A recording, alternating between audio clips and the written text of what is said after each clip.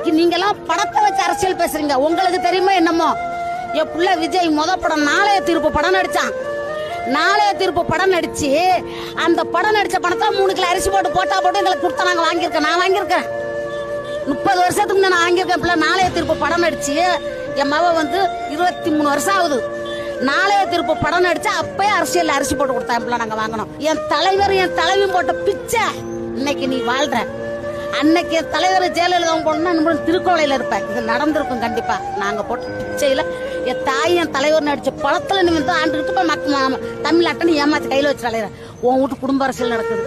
ஏன் எம்ஜிஆர் வந்தாரு குடும்ப அரசியல் பண்ணாரு, அம்மா வந்தாங்களா பண்ணாங்களா? அதே மாதிரி என் பிள்ளைய வரான் பண்ண மாட்டான். நேர்மையான அரசியல் பண்ணுவான். நேர்மையான அரசியல் பண்ணி ஏவன் தலையெழுத்து மாறும்னு பாரு. அன்னைக்கு தெரியும்பா. நீங்க பாருங்களேன், அது நடக்கும் கண்டிப்பா. புள்ள உட்கார வச்சுட்டோம்னா என் புள்ள அந்த பூமியை விட்டு மறைகிற வரைக்கும் புள்ள தான் எம்ஜிஆர்.